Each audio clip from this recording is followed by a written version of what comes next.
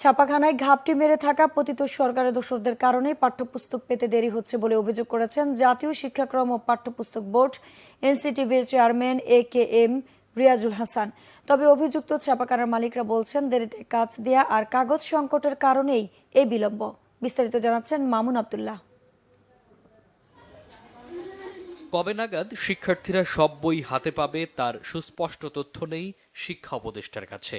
সম্প্রতি এমন বক্তব্যের পর আবারও ধোঁয়াশা তৈরি হয়েছে শিক্ষার্থীদের কাছে বই পৌঁছে দেয়া নিয়ে।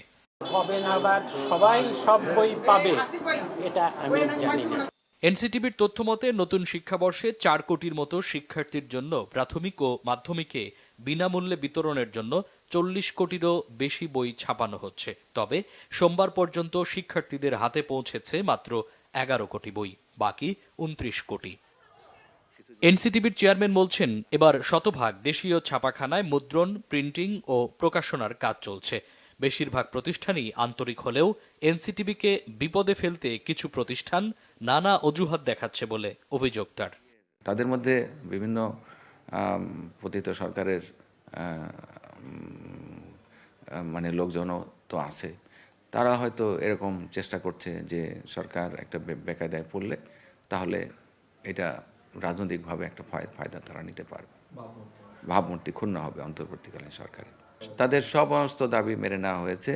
তাদের কাগজের ব্যাপারে সরকার সহযোগিতা করছে। প্রিন্টাররা যদি কোনো গাফিলতির পরিচয় দেন তাহলে প্রিন্টারদের বিরুদ্ধে যে আমাদের এই জুলাই বিপ্লবের সমন্বয়কারী বা এরা যে সোচ্চার হবে না তা কিন্তু বলা যায় না। এবার অভিযুক্ত প্রতিষ্ঠানে বাংলা ভিশনের টিম। রাজধানীর মাতোয়াইলে অবস্থিত বেশিরভাগ ছাপাখানা। সরজমিনে দেখা যায় বেশ ধীর গতিতে চলছে সরকারি অফসেট ছাপাখানার কাজ। প্রতিষ্ঠানটির মালিক জানালেন কাগজ স্বল্পতার কথা। আমাদের যে বইয়ের যে কারেকশনগুলি এটা একটু লেট হয়েছে। তারপরে আমাদের কাজের গতি, আমরা 24 আওয়ার ডিউটি করে আমাদের বইটা জাতীয় স্বার্থের কারণে আমরা বইটা তুলে দিতে চাই বাচ্চাদের হাতে।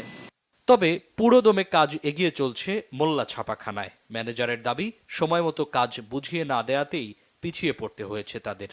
এবছর টেন্ডার প্রক্রিয়া শেষ হয়েছে ডিসেম্বরের 5 তারিখে। আমাদেরকে কাজ দিচ্ছে আপনার হলো ডিসেম্বরের 12 তারিখের পরে আর কি। এই সময় দেখা গেছে আমাদের কাজ শেষ করে আমরা বিলের প্রক্রিয়াটা শুরু করতাম, আর এবছর আমরা মাত্র কাজ শুরু করলাম আর কি। 2024-এর অগাস্টে রাজনৈতিক পট পরিবর্তনের পর পুরনো শিক্ষাক্রমে 441টি পাঠ্য বই পরিমার্জন করা হয়েছে। মামুন আব্দুল্লাহ, বাংলা ভিশন, ঢাকা।